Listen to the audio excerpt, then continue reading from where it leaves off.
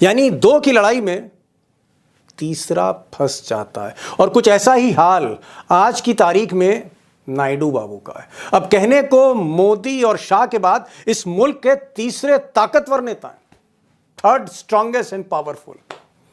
सच्चाई यह है कि आजकल बुरे फंसे हुए हैं, और इतना फंसे हुए हैं कि कोई रास्ता नहीं मिल रहा बाहर निकलने का।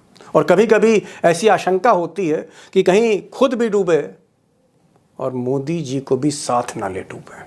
प्रधानमंत्री नरेंद्र मोदी जी इस वक्त सत्ता के अंदर दो बैसाखियों के सहारे टिके हुए हैं। एक तरफ नीतीश कुमार, दूसरी तरफ चंद्रबाबू नायडू। अब चंद्रबाबू नायडू पूरी तरह से बीच में फंस चुके हैं और सीधे तौर पर उनके ऊपर ये जो है दोस्तों प्रेशर बनाया जा रहा है कि मोदी जी का खुलकर विरोध करना है तुम्हें। तो क्या अब चंद्रबाबू नायडू प्रधानमंत्री नरेंद्र मोदी जी का विरोध करेंगे? और उसके बाद एक सवाल ये उठ रहा है, क्या अब चंद्रबाबू नायडू मोदी जी की कुर्सी को लेकर डूबेंगे? दोस्तों, हमारे साथ वरिष्ठ पत्रकार मौजूद हैं दीपक शर्मा। क्या कुछ घमासान राजनीति के अंदर चढ़ा हुआ है? आप इस रिपोर्ट को देखिए।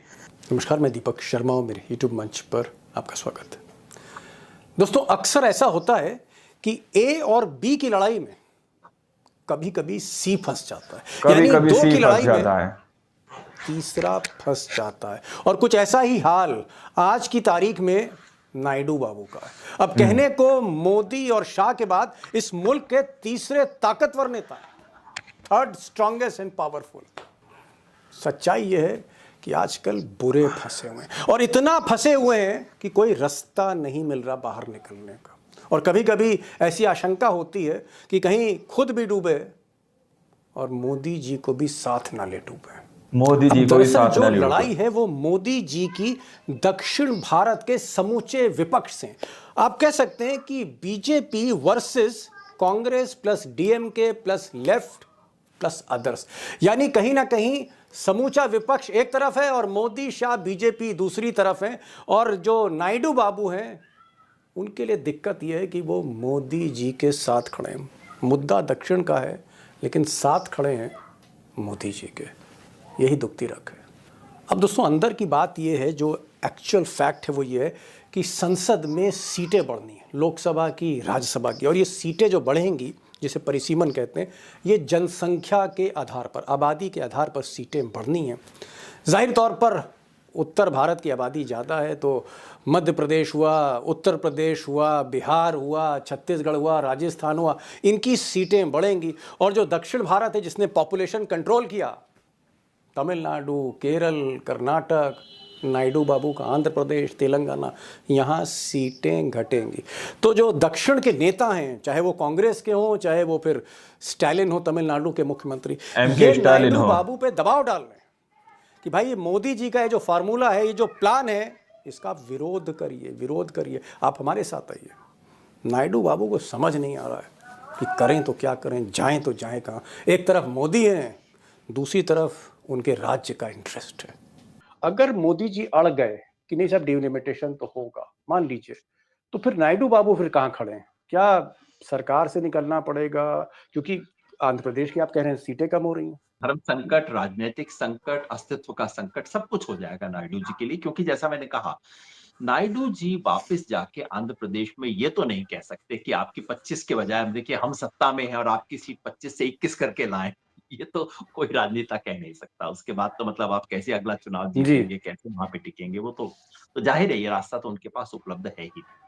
तो इसलिए उनके लिए बहुत भारी संकट होगा। अब दोस्तों, ये कोई छोटी मोटी समस्या नहीं, ये एक ऐसी प्रॉब्लम है जो आगे चलकर पूरे देश की राजनीति को बदल सकती। और बात क्योंकि राजनीति की है, तो मुझे लगा कि योगेंद्र यादव से बेहतर इस देश में कोई समझा ही नहीं सकता है इसको। और इसलिए आज मैं ज़्यादा अब नहीं बोलूँगा, क्योंकि योगेंद्र यादव एक एक करके सारी परतें खोलने जा रहे हैं। और गौर से सुनिएगा, क्योंकि मसला सिर्फ मिस्टर नायडू का नहीं है। नायडू साहब वो हैं जो ऑक्सीजन दे रहे हैं, बैसाखी दे रहे हैं, ऑक्सीजन दे रहे हैं मोदी जी को या फिर भारतीय जनता पार्टी को। तो मोदी जी की बैसाखी भी संकट में है। गौर से सुनिए, बड़ा मसला है। और पहला सवाल ये है कि आपके लेख ने तो हंगामा खड़ा कर दिया देश में, जो आपने सीटों के बंटवारे को लेकर लिखा है, लेकिन उसकी आंच सबसे पहले नायडू बाबू पे आ गई। नायडू बाबू आपके लेख से बड़ा परेशान है, क्योंकि दक्षिण भारत का दबाव है, स्टालिन का दबाव है, कांग्रेस का दबाव है, लेफ्ट पार्टीज जो इस वक्त पावर में केरल, उनका दबाव है कि भाई नायडू बाबू मोदी जी पर प्रेशर करें और इस मामले को रुकवाएं, डिलिमिटेशन को। अब नायडू बाबू को कुछ समझ नहीं आ रहा है। क्या आपको लगता है कि ये जो मुद्दा है डिलिमिटेशन का, इससे कहीं ना कहीं जो स्थिति है नायडू जी के लिए बड़ी एम्बेरेसिंग है? जी दीपक भाई, हंगामा कोई मेरे लेख की वजह से नहीं है, हंगामा मुद्दे की वजह से है। डिलिमिटेशन जो कि एक ज्वालामुखी है जो कभी भी फूट सकता है और हर एक को पता है। हर कोई जी जानता है कि ये पहाड़ है, इसके अंदर ज्वालामुखी है, फूटेगा, पता नहीं कब फूटेगा। हर कोई इंतजार कर रहा है और कोई छोटी सी चीज से भी हर कोई घबरा जाता है। तो वही बात है, आप बिल्कुल सही कह रहे हैं। तात्कालिक जो मुद्दे इसमें हैं वो ये है कि नायडू जी, जिनके बैसाखी पे इस वक्त सरकार चल रही है, उनके लिए ना निगलता ना उगलता वाली स्थिति। वो न तो मोदी जी के एजेंडा को ना कर सकते हैं, उस तरह की उन्होंने हैसियत नहीं बनाई है, उस तरह की जो दिखाई नहीं है, और न ही वापस जाके अपने प्रदेश में कह सकते हैं कि मैं 4 सीटें तुम्हारी कम करके आ गया, थैंक यू वेरी मच। ये नहीं कह सकते। तो उनके लिए दुविधा की स्थिति है। दुविधा दरअसल बीजेपी के लिए भी अब है, जो कि आज से 20 साल पहले नहीं थी। क्योंकि जी पहली बार बीजेपी को दक्षिण भारत में सफलता के कुछ आसार दिखने लगे। बीजेपी अगले साल तमिलनाडु के विधानसभा चुनाव में कुछ करने की कोशिश कर रही है। सफल होगी नहीं होगी हम नहीं जानते हैं, शायद नहीं होगी, लेकिन कोशिश कर रही जी है। और तमिलनाडु के चुनाव में बीजेपी ये कह के तो नहीं जा सकती कि हमें वोट दो ताकि हम तुम्हारी लोकसभा की सीटें 8 कम कर दें जितनी, जाहिर है नहीं कह सकते। बीजेपी को केरला में पहली सफलता मिली है और बीजेपी केरला अगले साल फिर केरला में भी चुनाव है और केरला में बीजेपी नहीं कह सकती कि 20 में से आपकी सीट 12 हम जी। करने वाले हैं। तो दुविधा बीजेपी के लिए भी है। कर्नाटक, दुविधा तेलंगाना। कर्नाटका, तेलंगाना दोनों के अंदर तो दुविधा तो है गंभीर। इसीलिए मैं समझता हूं कि इस मुद्दे को हम केवल तात्कालिक दुविधा के नजरिए से न देख के एक दीर्घकालिक नजरिए से देखें, और मैंने अपने लेख में यही कोशिश की है। अमूमन क्या होता है कि इस सवाल को केवल आप एक राजनीतिक गणित के हिसाब से आमतौर पर लोग देखते हैं कि अगर जी इस राज्य की सीट बढ़ गई तो भाई किस पार्टी को फायदा होगा, उस पार्टी को नुकसान हो सकता है। लेकिन ये वो मुद्दे हैं दीपक भाई जहां हमें तात्कालिकता को छोड़ देना चाहिए, दीर्घकालिक चीजों पे ध्यान देना चाहिए। क्योंकि देखिए, लॉन्ग टर्म एक तो सोचना लाड़की चाहिए। बहन जैसी एक तो लाड़की बहन जैसी योजनाएं हैं जो कि ठीक है, चुनाव में जीत हार हो गई, सब कुछ हो गया। ये वो मुद्दे हैं जो कि आपके देश का भविष्य तय कर सकते हैं। ये राष्ट्रीय एकता को असर डालने वाले मामले हैं।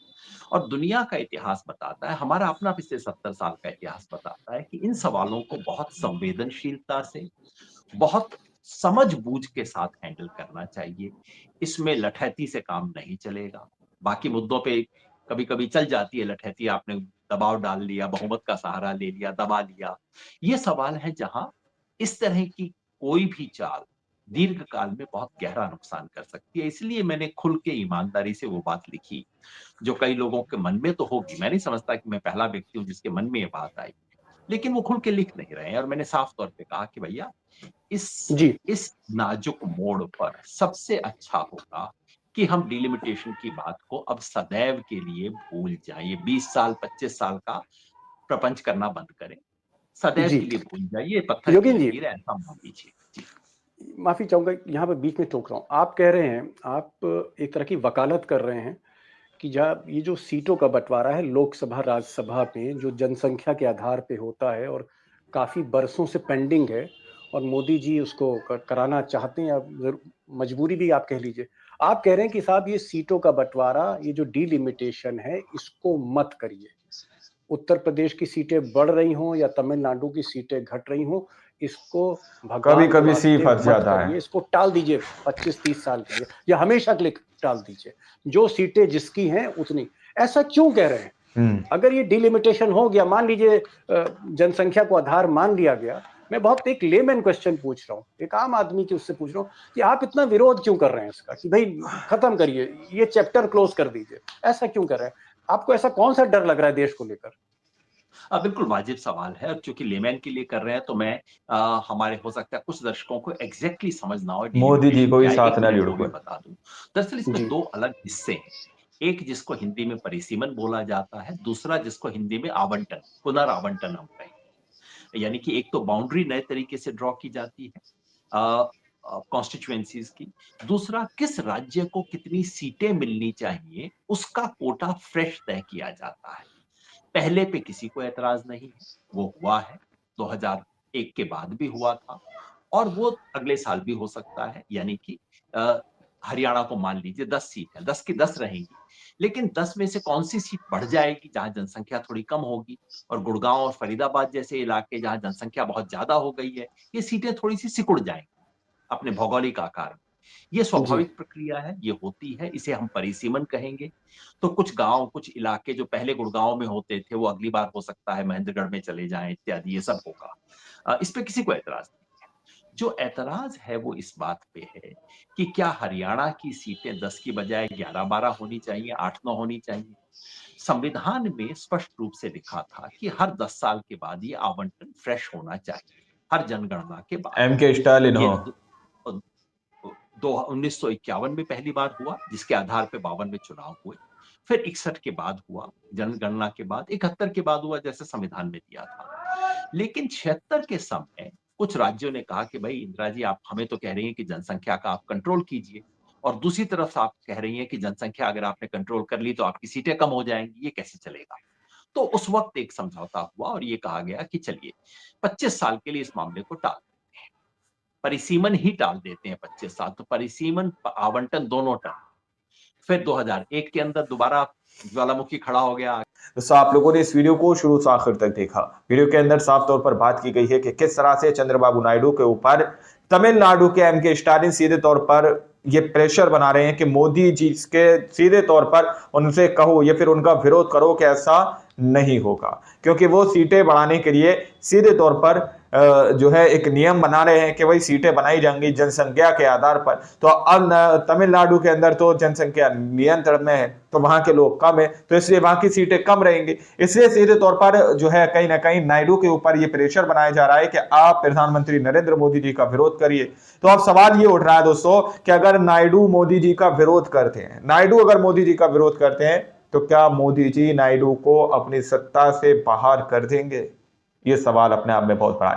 अगर मोदी जी ने उनको सत्ता से बाहर किया, या फिर अगर नायडू के ऊपर ज्यादा दबाव बनाया गया और अगर मोदी जी ने नायडू की बात नहीं मानी, तो क्या नायडू जो है NDA से अपना समर्थन वापस ले लेंगे? ये सवाल दोस्तों वो है जिसकी वजह से, जिसके आधार पर यह कहा जा रहा है कि कहीं ना कहीं मोदी की कुर्सी को लेकर नायडू डूब सकते हैं, फिर मोदी की जो है कुर्सी को डुबा सकते हैं। ये सवाल सामने निकल के आ रहे हैं। आप लोगों ने इस रिपोर्ट को देखा सुना, आप लोग इस रिपोर्ट के बारे में क्या सोचते हैं, क्या समझते हैं कि जिस तरह से तमिलनाडु के MK स्टालिन सीधे तौर पर नायडू से कह रहे हैं कि मोदी का विरोध करो, अगर मोदी जी बात मान जाते हैं तो ठीक है, और नहीं मानते तो क्या नायडू को अपना समर्थन वापस ले लेना चाहिए, जिससे कहीं ना कहीं मोदी की सरकार पर भी बात बनकर आ सकती है। आप लोग की क्या टिप्पणी है, अपनी राय कमेंट सेक्शन में जरूर दीजिएगा। सच्ची पक्की खबरें देखने के लिए आप चैनल को सब्सक्राइब कर सकते हैं। मिलता है अगली वीडियो में, जब तक के लिए जय हिंद, जय भारत।